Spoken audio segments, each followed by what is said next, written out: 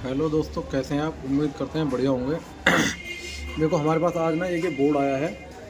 ये जैक का बोर्ड है, ओवरलॉक में लगता है और सर्वो मोटर में भी लगता है ये। तो आज ये हमारे पास रिपेयरिंग के लिए आया है। इसमें क्या प्रॉब्लम है देखो मैं आपको बताता हूँ आज। इसमें एक तो ना ये देखो चिमटी डोलाओ चिमटी। इसमें देखो यहाँ पे ना ये R25 लगते हैं, ठीक है। मैंने अभी R27 लगाए हैं, चल जाते हैं इसमें। इसमें क्या ये यहाँ पे ब्लास्ट हो गया था, ठीक है। तो इसमें ब्लास्ट होने की वजह से इसमें पावर नहीं आ रही थी, प्लस पावर ही नहीं आ रही थी पहले तो इसमें। और बाकी इसमें मैं आज आपको बताऊंगा कि देखो जिसमें R25 उड़ जाते हैं तो उस बोर्ड को आप कैसे रिपेयर कर सकते हैं। सबसे पहले तो हमने इसका R25 जो उड़ा हुआ था वो निकाल के नए लगा दिया, ठीक है।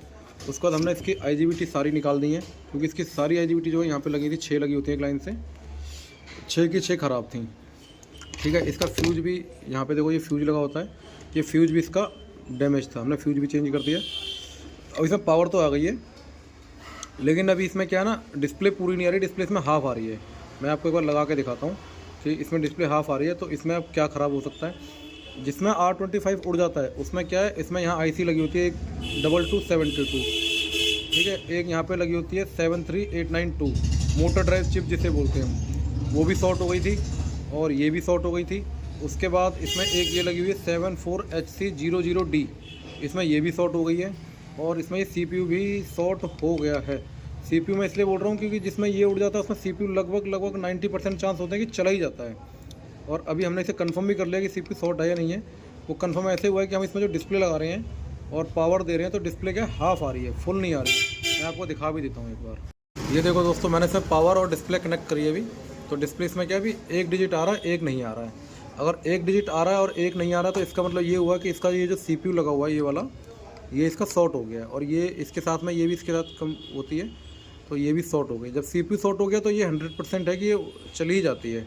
तो अब हम इसका क्या करेंगे, इसमें ये IC लगाएंगे, ड्राइव चिप लगाएंगे, CPU लगाएंगे, प्लस ये 74HC00D लगाएंगे और इसकी 6 की 6 IGBT लगाएंगे, ठीक है। तो उसके बाद हम फिर इसे टेस्ट करेंगे चलता है कि नहीं। तो पहले मैं इसका देखो ये IC वगैरह निकाल लेता हूँ एक बार। इसमें हम CPU सबसे लास्ट में लगाएंगे, सबसे पहले ये सारी चीज़ें कंप्लीट करेंगे इसकी हम, उसके बाद इसमें हम CPU लगाएंगे। जो है वो निकाल दिए, ठीक है। तो उसके बाद मल्टीमीटर पे दिखाना। देखो एक ये रेड वाली तो लेफ्ट में रखेंगे और ये राइट में, इसकी वैल्यू मल्टीमीटर दिखाओ, इसकी वैल्यू देखो 2.64 आनी चाहिए, ठीक है। उसके बाद दूसरे वाले पे चेक करेंगे, ये दूसरे पे लगाया और ये देखो 2.64 आ गई। इस पर भी देखो ये 2.64 आ गई, ठीक है।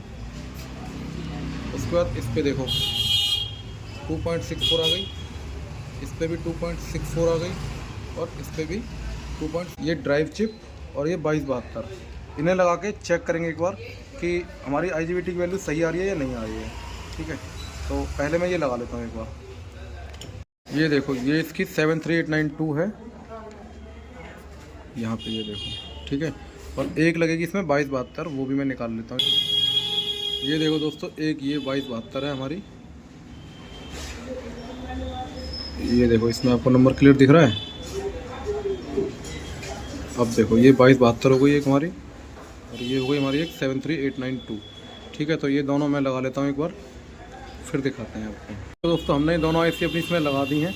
अब मैं इसको आपको चेक करके दिखाता हूँ एक बार कि इसकी वैल्यू जो है वो सही आ रही है कि नहीं, ठीक है। ये इसकी वैल्यू चेक करेंगे एक बार लगा करके। तो ये आ गई 600, ये भी आ गई 600, ये भी आ गई 600, ये भी आ गई, ठीक है। ये वाली गलत आ रही है, इसका मतलब इसके नीचे भी कोई रजिस्टेंस जो है इसका गड़बड़ है, इस वाले की सही नहीं आ रही है ना। तो इसका मतलब यहाँ पे भी कोई रजिस्टेंस जो है गलत है। हम इसका रजिस्टेंस चेक करते हैं एक बार। दोस्तों अभी इसकी गड़बड़ आया था ना, तो इसका एक रजिस्टेंस गड़बड़ था, ठीक है। वो सही हो गया, ये भी ठीक हो गया, ये भी ठीक है, ये भी ठीक है, ये भी ठीक है और ये भी ठीक है। अभी हमने इससे पहले जब चेक किया था तो 650 की समथिंग आ रही थी। वो इसलिए आ रही थी कि ये जो हमने IC लगाई थी ना गर्म थी थोड़ी सी, अब ये ठंडी हो गई तो प्रॉपर आ रही है। अब यहाँ देखो, मैं यहाँ दिखाता हूँ आपको, ये देखो, ठीक, पहली वाले पे सही है, दूसरे पे भी ठीक है, तीसरे पे भी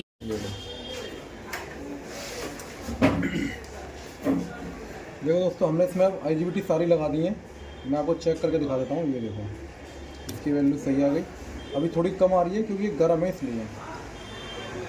ये ठीक आ गई, ये भी ठीक है, ये भी ठीक है, ये भी ठीक है,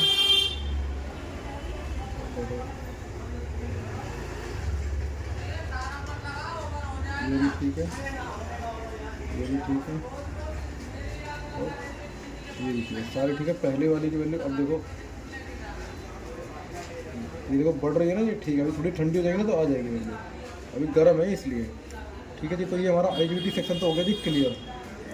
अब हम इसमें करेंगे, इसके सारे रजिस्टर चेक करेंगे हम एक लाइन से, जो जितने भी लगे हैं ये। ठीक है, इन रजिस्टर में अगर कुछ ख़राब मिलता है हमें तो रजिस्टर चेंज करेंगे सारे। उसके बाद हम अगर चेक करेंगे एक बार, अगर काम हो जाता है ठीक है, वरना फिर हम इसकी ये दोनों IC भी चेंज करेंगे एक बार।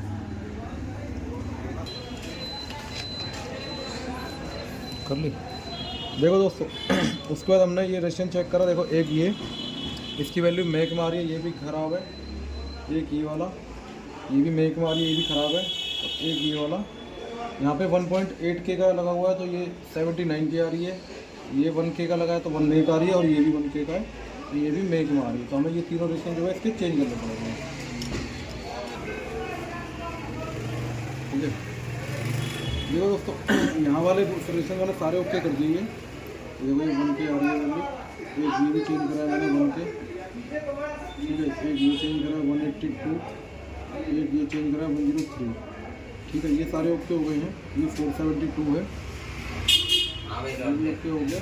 उसके बाद देखो ये वाले जो लगे ना 101, ये सारे खराब हैं। ये हम चेक कर रहे हैं। ये देखो मैं आपको दिखा रहा हूँ, ये सारे के सारे खराब हैं। ठीक है, अब हम ये, अब इनको भी सबको चेंज करना पड़ेगा। ये देखो दोस्तों, अब इसमें मैंने सब कुछ कर दिया लगभग। देखो यहाँ के जो रेजिस्टेंस ख़राब थे वो भी सारे चेंज हो गए। ये वाली IC ख़राब थी इसकी, ये भी मैंने चेंज कर दी। और ये CPU भी इसका ख़राब था, ये भी चेंज कर दिया। ठीक है, इसमें अब हमने लगभग सारा ही काम कर दिया है। अभी मैंने आपको बताया था ना, ये सारे रेजिस्टेंस शॉर्ट आ रहे थे, सारे चेंज कर दिए। ये भी चेंज कर दिया हमने 74HC00D। एक ये इसका CPU होता है प्रोग्रामर, ये भी ख़राब था, ये भी चेंज कर दिया। अब इसमें मैं देखो आपको पावर दे के कनेक्ट करके दिखाता हूँ। अभी देखो मैंने इसे साफ़ भी नहीं करा है, अभी साफ़ करेंगे। पहले हम इसे एक बार चेक करते हैं पावर देके कि इसमें पावर सही आ रही है कि नहीं। अब डिस्प्ले हमारी पहले हाफ आ रही थी ना, अब मैं इसका यहाँ से कनेक्ट कर लेता हूँ एक बार। ये देखो ये पावर ऑन है। ठीक है, और ये देखो डिस्प्ले में आ गया E4। ठीक है, अब हम इसमें करेंगे मोटर को कनेक्ट। ऑफ़ कर दिया पहले मैंने इसे, इसमें फुल पावर जाने दो पहले एक बार। ठीक है दोस्तों, अब इसमें देखो मैंने मोटर भी कनेक्ट कर दिया और पैडल भी कनेक्ट कर दिया। ये हमारी डिस्प्ले हो गई इसमें इधर। ठीक है, अब हम इसे करेंगे ऑन एक बार। ये देखो इसमें ग्रीन लाइट जल गई, और यहाँ देखो ये हमारी मोटर ने अपना पोजीशन लेके एरर 5 आ गया इसमें। ठीक है, अब इसका एक बार एरर 5 बंद करते हैं।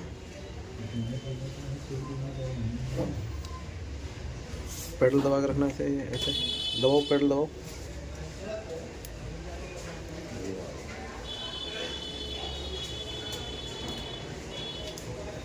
ठीक है, हो गया।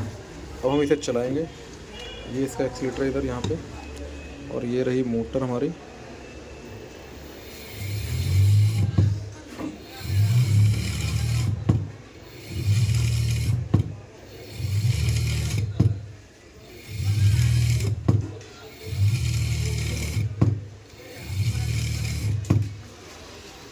ठीक है दोस्तों, तो इस तरीके से अगर कभी आपके सामने ये बोर्ड आता है जिसमें ये R25 उड़े हुए होते हैं, तो आपको मैंने दिखा दिया इसमें क्या क्या आपको करना पड़ता है। इसमें बहुत काम होता है। ज़्यादातर क्या है, इस केस में हम नया ही डाल देते हैं, लेकिन कई बार कस्टमर कहता है ना, नहीं जी हमें हमारा पुराना ही रिपेयर करके दिखाओ, तो तब जाके हम ये काम करते हैं। वरना इसमें ज़्यादातर हम नया देते हैं कस्टमर को, क्योंकि इसमें काम बहुत होता है इसलिए। तो दोस्तों आपने देखा मैंने कैसे ये बोर्ड ओके कर दिया। ठीक है, और अगर आपको कोई बोर्ड हमें हमसे रिपेयर कराना हो, हम सभी तरह के बोर्ड रिपेयर करते हैं। तो आप हमसे संपर्क कर सकते हैं। हमारा कॉन्टैक्ट नंबर है, ये हमारा कार्ड है, आप इन नंबरों पे हमसे संपर्क कर सकते हैं।